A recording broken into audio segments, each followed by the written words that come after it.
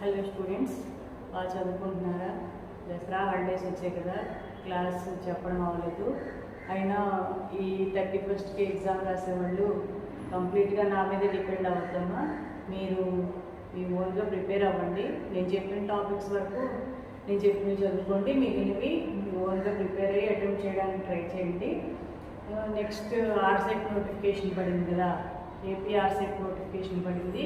అది రాసే వాళ్ళకైనా యూజ్ అవుతుంది, లేదంటే ఈ అటెంప్ట్లో వర్కౌట్ అవ్వని వాళ్ళకి కంటిన్యూ చదవడం ఆపేయద్దు. నెక్స్ట్ ఇదే ఫ్లోలో కంటిన్యూ చేస్తూ నెక్స్ట్ సిఎస్ఐఆర్ నెట్ వస్తుంది. అలాగే మళ్ళీ ఏపీ సెట్ అనేది సెకండ్ అటెంప్ట్ ఇవ్వడానికి కూడా యూజ్ అవుతుంది. అయినా మ్యాక్సిమం ఇంకా మనకి 10 days టైం ఉంది కాబట్టి మ్యాక్సిమం కవర్ చేయడానికి ట్రై చేస్తాను. మీరు ఫ్రాగ్మా పబ్లికేషన్ చదువుకోవడం ఆపొద్దు. అది చదువుకుంటున్నారా? జనరల్ స్టడీస్ అది అప్డేట్గా ఉండండి. మ్యాక్సిమం మీరు అందులో కవర్ చేయగలిగినవి చేయండి. ఇది నా వంతు నేను చేయగలిగినంత చేస్తాను. ఓకేనా? ఆల్మోస్ట్ 3/4 అయిపోయిందని అనుకుంటున్నాను. అయినా ట్రై చేద్దాం. మెయిన్ మళ్ళీ పైగా ఫిజికల్లో ఆర్గానిక్లో కొంచెం పైన కొన్ని టాపిక్స్ టచ్ చేద్దాం అనుకుంటున్నాను. అందుకని ఇన్ఆర్గానిక్ ఫుల్గా చెప్పి అవి రెండు ఎంతవరకు అయితే అంతవరకు చెప్తాను. తర్వాత కూడా కంటిన్యూ చేస్తాను. ఇప్పుడు వర్కౌట్ అవ్వని వాళ్ళకి యూజ్ అవుతుంది. కానీ లాస్ట్ మినిట్ వరకు మీరు చేయగలము, చదవగలము అనుకుని చదవండి. ఓకేనా? ఇది నా ఓన్ ఇంట్రెస్ట్తో నేను పెడుతున్న వీడియోస్ అమ్మ. ఎవరి నుంచి నేనేమీ ఎక్స్పెక్ట్ చేయట్లేదు. అలాగే మీరు నాది మీకు సాటిస్ఫాక్షన్ లేకపోతే కూడా మీకు ఇష్టం, మీకు యూజ్ అయితే యూజ్ చేసుకోండి, లేదంటే వదిలేసేయండి. ఓకేనా? నాకు ఒక ప్రిపరేషన్ లాగా ఉంటుంది, ఒక రివిజన్ లాగా ఉంటుంది అని కూడా నా ఓన్ దాంతో నేను చెప్తున్నాను. అది మీకు యూజ్ అయితే యూజ్ చేసుకోండి. ఓకేనా? ఓకే. ఇప్పుడు మనం కాంప్లెక్స్ కాంపౌండ్స్లో వెగనర్స్ థియరీ నేర్చుకున్నాము. నెక్స్ట్ వ్యాలెన్స్ బాండ్ థియరీ నేర్చుకున్నాము.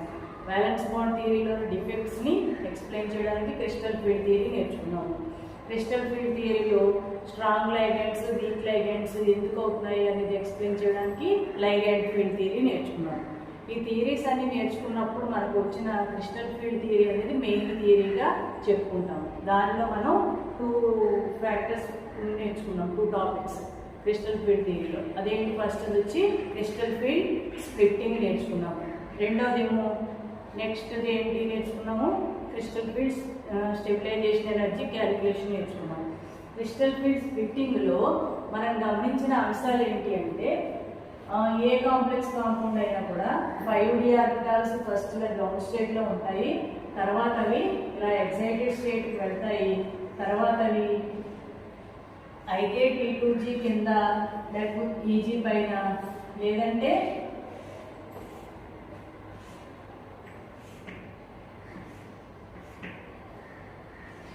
EG కింద T2g పైన వస్తాయి.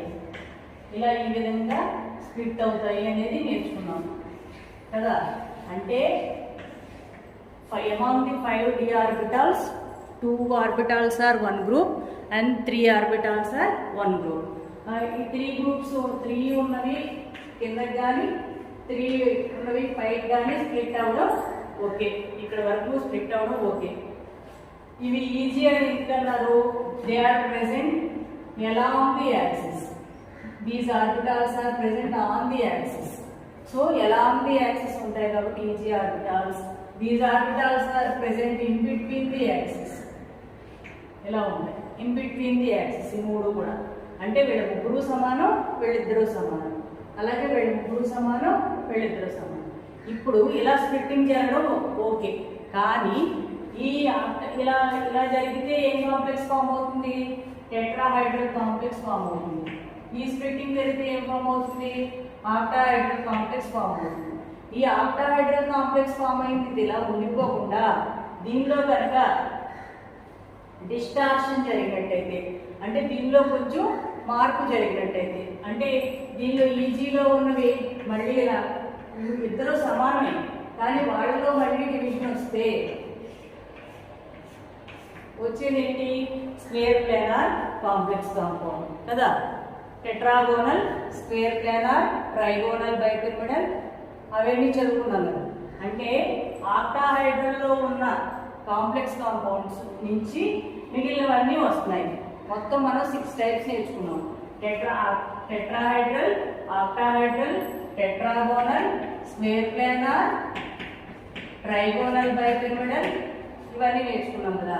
వీటిల్లో ఈ తర్వాత చెప్పుకోబోయే ఈ టైప్స్ అన్నీ కూడా దేని నుంచి వచ్చినవి? ఆక్టాహైడ్రల్ నుంచి వచ్చినవి. అంటే ఈ టైప్స్ అన్నింటికి కూడా ఎన్ని నెంబర్ ఆఫ్ లైగెండ్స్ ఉంటాయి? 6 లైగెండ్స్ ఉంటాయి. ఒకవేళ మీ దగ్గర ఉన్న కాంప్లెక్స్ కాంపౌండ్ అనేది ML6 అయినట్టయితే అది ఖచ్చితంగా ఆక్టాహైడ్రల్ కానీ ఈ మిగిలిన స్ట్రక్చర్స్ కానీ ఉంటాయి. మరి చూడగానే మీరు ఇది అదే 4 లైగెండ్స్ ఉన్నాయనుకోండి, ML4 ఇది టెట్రాహైడ్రల్ స్ప్లిట్టింగ్ రాస్తారు. కానీ 6 ఉన్నప్పుడు దానికి ఆక్టాహైడ్రల్ రాసి ఆపేయాలా, లేకపోతే ఫర్దర్గా ఇంకా స్ప్లిట్టింగ్ ఉంటుందా? ఆ ఫర్దర్ స్ప్లిట్టింగ్నే ఏమన్నారు? ఆక్టాహైడ్రల్ నుంచి ఈ తర్వాత స్ట్రక్చర్స్ రావడాన్ని ఏమన్నారు? Distortion. Distortion in octahedral complex compound అన్నారు. ఆక్టాహైడ్రల్లో కనుక కొంత మార్పు జరిగితే, వంపు జరిగితే, చేంజ్ జరిగితే అది తర్వాత స్ట్రక్చర్స్ ఇస్తుంది. ఇది చెప్పింది ఎవరు అంటే జాన్ టెల్లర్ ఎఫెక్ట్. ఇలా ఎందుకు జరుగుతుంది, దీని నుంచి ఎక్కడికో ఆగిపోకుండా ఫర్దర్గా ఎందుకు జరుగుతుంది అని చెప్పేది జాన్ టెల్లర్ ఎఫెక్ట్ అన్నమాట. ఇవాళ మన టాపిక్ జాన్ టెల్లర్ ఎఫెక్ట్.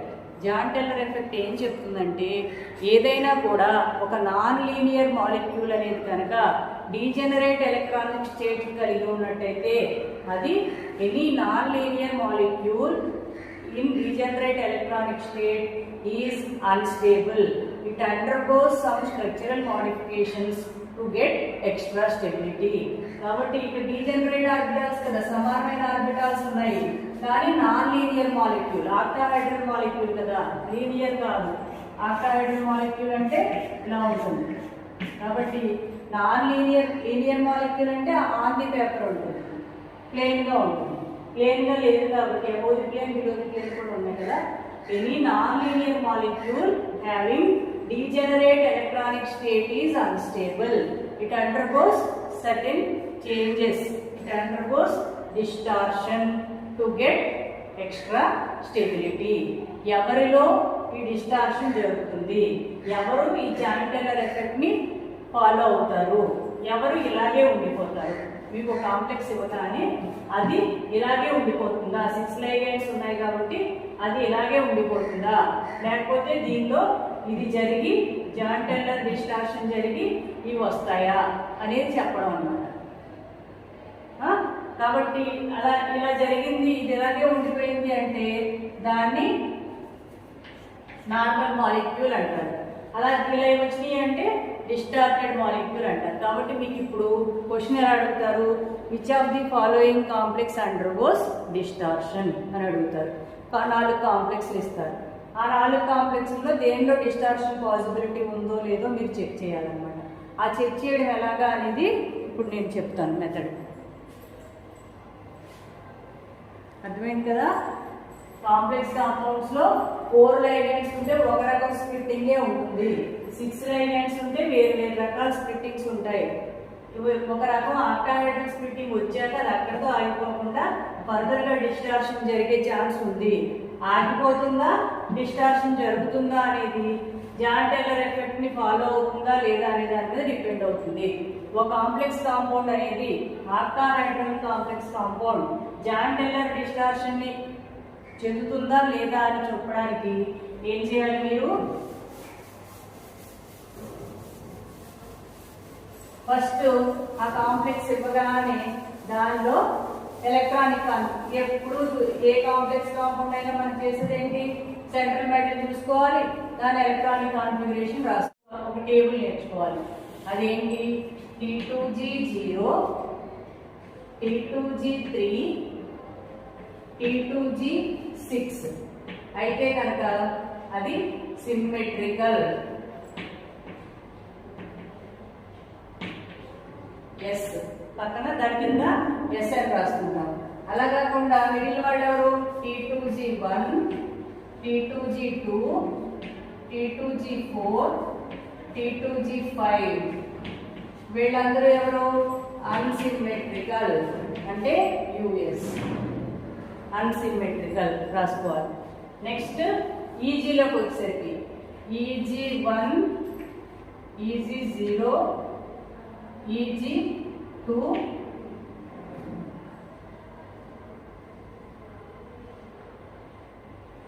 వద్దు 2 స్పెషల్గా చెప్పాలి. EG4 ఇది సిమెట్రికల్. ఈజీలో అయితే EG0, EG4 అయితే సిమెట్రికల్. నెక్స్ట్ EG1, EG3 అయితే అన్సిమెట్రికల్. EG2 వచ్చేసరికి అది హై స్పిన్నా అంటే వీక్ లైగెండా, లో స్పిన్నా అంటే స్ట్రాంగ్ లైగెండా చూసుకోవాలి. హై స్పిన్ అంటే వీక్ లైగెండ్, లో స్పిన్ అంటే స్ట్రాంగ్ లైగెండ్. హై స్పిన్ అయితే వీక్ లైగెండ్ అయితే సిమెట్రికల్, లో స్పిన్ అయితే అన్సిమెట్రికల్. ఈ టేబుల్ చాలా చాలా ఇంపార్టెంట్ అమ్మా. ఇది మీకు ఇది వస్తేనే అది చేయడం వస్తుంది. ఈ ఫార్ములా నేర్చుకున్నాం. ఇప్పుడు మనకు కాంప్లెక్స్ ఇవ్వగానే ఆ కాంప్లెక్స్ లో మెటల్ ఎవరు, మెటల్ ఎలక్ట్రానిక్ కాన్ఫిగరేషన్ ఏంటి, దాని ఎలక్ట్రానిక్ కాన్ఫిగరేషన్ ఇలా రాసుకున్నారు. ఇక్కడ మనకి ఏమొచ్చింది T2G6, EG1 వచ్చింది. T2G6 అంటే సిమెట్రికల్ అన్సిమెట్రికల్? సిమెట్రికల్. కాబట్టి ఇదేంటి ఎస్, ఒకటి ఎస్. నెక్స్ట్ EG1 అంటే ఏంటి అన్సిమెట్రికల్. EG1 అంటే అన్సిమెట్రికల్ యు. మనకి ఏమొచ్చింది యుఎస్. ఎప్పుడైనా కూడా రెండు ఎస్ అంటే ఎస్ ప్లస్ ఎస్ అయితే నువ్వు ఉన్నావు, నీ ఫ్రెండ్ ఎస్ అంటుంది, గొడవ వస్తాయా? రావు. కాబట్టి no distortion, Jahn Teller effect ఉండదు, నో డిస్టార్షన్. నువ్వు ఎస్ అన్నావు కానీ వాళ్ళు నో అంటున్నారు, యూ అంటున్నారు, దెబ్బలాడుతున్నారు, అప్పుడు స్లైట్ డిస్టార్షన్ ఉంటుంది. అలాగే నువ్వు దెబ్బలాడడానికి రెడీగా ఉన్నావు, వాళ్ళు ఎస్ అన్నా కూడా గొడవ అవుతుంది. కాబట్టి స్లైట్ డిస్టార్షన్. ఇద్దరు యూ అంటున్నారు అనుకోండి, అప్పుడు స్ట్రాంగ్ డిస్టార్షన్.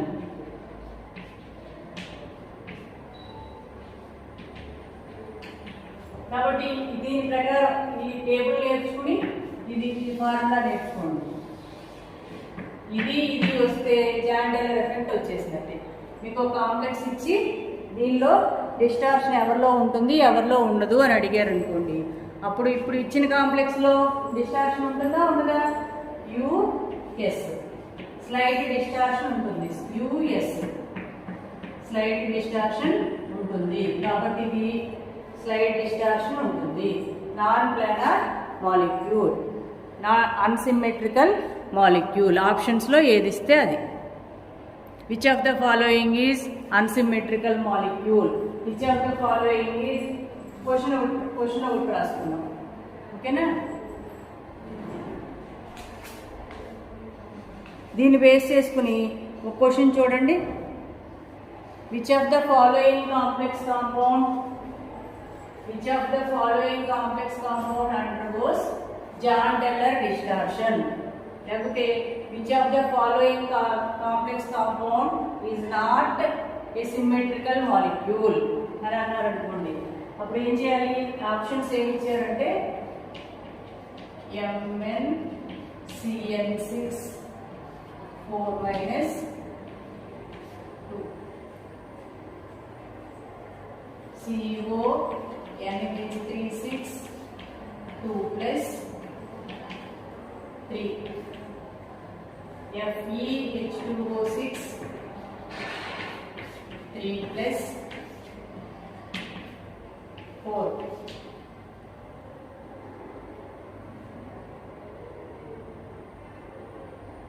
MnH2O6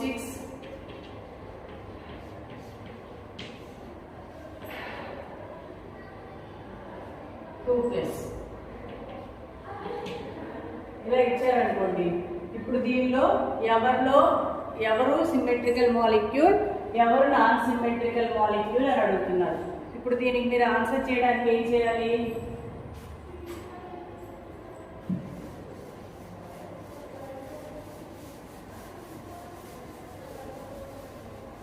ఫస్ట్ ఈ కాంప్లెక్స్ చెక్ చేద్దాం.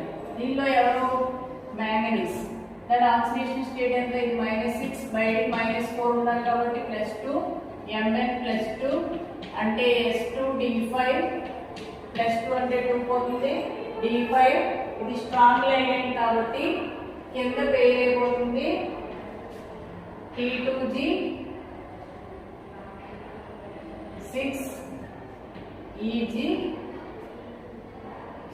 E2G5 EG0. ఇప్పుడు దీనిలో ఇది సిమెట్రికల్ అన్సిమెట్రికల్ రాయాలి. T2G5 అంటే అన్సిమెట్రికల్ US. EG0 అంటే సిమెట్రికల్ S. ఒకటి S ఒకటి U వచ్చింది కాబట్టి డిస్టార్షన్ ఉంటుంది, దీనిలో డిస్టార్షన్ ఉంటుంది. నెక్స్ట్ దీనిలో CONH362+ అంటే CO2+, S2D7 2 పోతుంది. D7 అంటే ఇది వీక్ లైగెండ్ కదా కాబట్టి T2G3 EG2 5 మళ్ళీ ఇక్కడ T2G5 EG2 వస్తుంది. ఏం లేదమ్మా, ముందు T2Gలో 3 వేసుకుంటాం, తర్వాత EGలో 2 వేస్తాం, మళ్ళీ వెనక్కి వస్తాం ఎందుకంటే ఇది వీక్ కాబట్టి. ఇప్పుడు T2G5 అంటే T2G5లో ఏంటది? యూనా ఎస్ఆ? T2G5 అంటే U, ఇది U. EG2 అంటే ఇది వీక్ లైగెండ్ కాబట్టి EG2లో వీక్ లైగెండ్ అప్పుడు S. ఒకటి U ఒకటి S అంటే స్లైడ్ డిస్టార్షన్ ఉంటుంది. నెక్స్ట్ FeH2O6 3+ అంటే Fe3+. S2D6లో S2 పోతుంది D5. D5లో ఇది వీక్ లైగెండ్ కాబట్టి T2G3 EG2. T2G3 అంటే సిమెట్రికల్, EG2 అంటే వీక్ లైగెండ్ అప్పుడు EG2 వీక్ లైగెండ్ అప్పుడు సిమెట్రికల్. S అంటే నో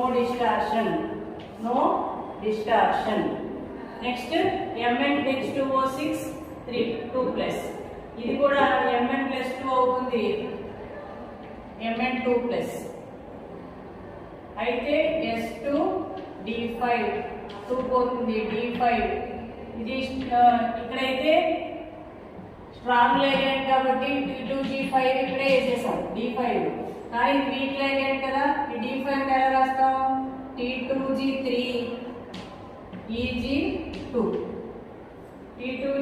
EG2 అని రాస్తాం. కాబట్టి ఈ T2G3 అంటే సిమెట్రికల్, EG2 అన్నప్పుడు వీక్ లైగెండ్ అప్పుడు సిమెట్రికల్. ఇక్కడ నో డిస్టార్షన్. ఎవరిలో డిస్టార్షన్ ఉంది? 1 and 2. ఆప్షన్స్ ఎలా ఇస్తారు అప్పుడు? A 1 and 2, B 1 and 4, C 2 and 3, D 4 and 1, 4 and 2. ఇద్దరికీ ఉండాలి, ఆప్షన్స్ లో ఇద్దరికీ ఉండాలి. ఎవరెవరికి ఉంది? 1 and 2. కాబట్టి ఇది అవుతుంది.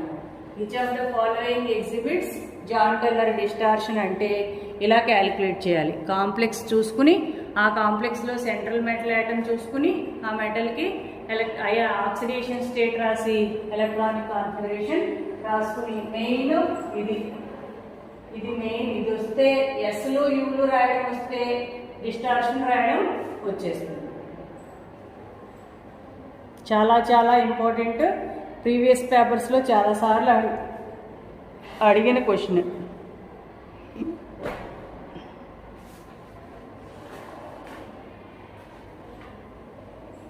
ఇది గుర్తుపెట్టుకోండి.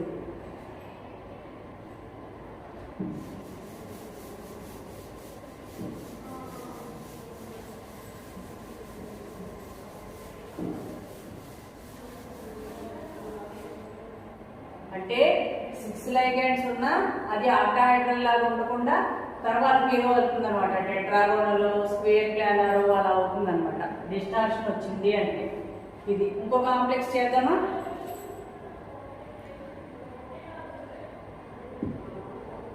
FeCl6 3 FeCl6 3 exhibits dash Jahn-Teller distortion. Slight, strong, nova ఇస్తాడు కింద option. FeCl6 3 exhibits dash Jahn-Teller distortion. Options వచ్చి slight distortion, B strong distortion, C no distortion, D any of none అని ఇచ్చాడు అనుకోండి. ఇప్పుడు దీన్ని చేయండి. దీనిలో ఫస్ట్ ఏం చేసుకోవాలి? Oxidation state. ఇది -6, ఇది +3, +3కి 3 పోగా -3 పైకి ఉంటుంది. కాబట్టి ఐరన్ ఆక్సిడేషన్ స్టేట్ ఎక్కడ? +3. ఫస్ట్ ఇది చేసుకోవాలి. తర్వాత దీని ఎలక్ట్రానిక్ కాన్ఫిగరేషన్ S2D6, +3 కాబట్టి 2 పోతుంది, ఇది పోతుంది, D5 ఉంటుంది. D5లో T2G, EG, Cl అనేది స్ట్రాంగ్ లైగెండ్ కాబట్టి 5 ఇక్కడే వేసేస్తాం. T2G5, EG0. T2G5 అంటే అన్సిమెట్రికల్ U రాసుకోవాలి. EG0 అంటే సిమెట్రికల్ S రాసుకోవాలి. SU అంటే స్లైట్ డిస్టార్షన్. కాబట్టి it exhibits slight distortion. Okay, ఇలా రాసుకోవాలన్నమాట. జాన్-టెల్లర్ డిస్టార్షన్ ఉంటుందా ఉండదా అని డైరెక్ట్గా జాన్-టెల్లర్ డిస్టార్షన్ ఉంటుందా ఉండదా అని అడగరు. అది which of the following molecule is not planar. Not planar అంటే ఇది. ఎవరు అయితే స్లైట్ స్ట్రాంగ్ డిస్టార్షన్స్ ఉంటాయో వాళ్ళు నాన్ ప్లానార్ అన్నమాట. అలాగే వాళ్ళు అన్సిమెట్రికల్ అన్నమాట. డైరెక్ట్గా అడగకుండా which of the following complex is unsymmetrical అని అడుగుతాడు. ఎవరిలో అయితే డిస్టార్షన్ ఉంటుందో వాళ్ళు అన్సిమెట్రికల్ అని రాయాలి. ముందు మనకి డిస్టార్షన్ ఉంటుందా లేదా కట్టడం రావాలన్నమాట. ఉంటుందా లేదా కట్టడానికి ఇది మెథడ్. ఇలా వేసుకుని ఈ టేబుల్ ప్రకారం ఇలా రాసుకుంటే దీని ప్రకారం అది ఉందా లేదా వస్తుంది. ఓకే.